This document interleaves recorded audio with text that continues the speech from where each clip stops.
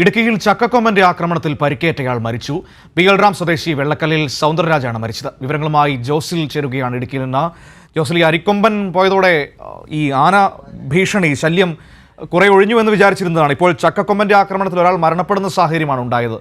എപ്പോഴാണ് ഈ ആക്രമണം ഉണ്ടായത്? എന്താണ് സംഭവിച്ചത്? മനു, അരിക്കൊമ്പൻ ആ ഭാഗത്തു നിന്ന് പോയതിനു ശേഷം ഇത് രണ്ടാമത്തെ ആളാണ് ഈ ചിന്നക്കനാൽ മേഖലയിൽ ആനയുടെ ആക്രമണത്തിൽ കൊല്ലപ്പെടുന്നത്.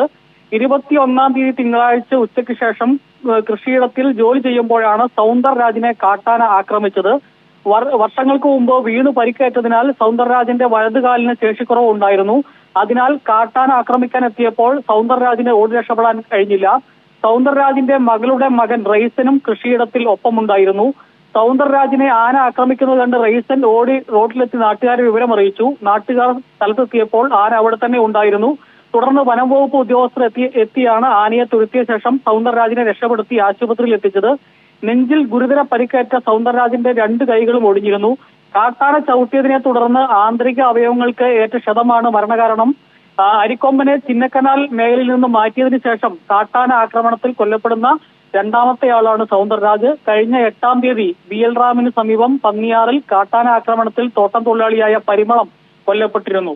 മനു, ജോസിൽ വിവരങ്ങൾ നൽകിയത്.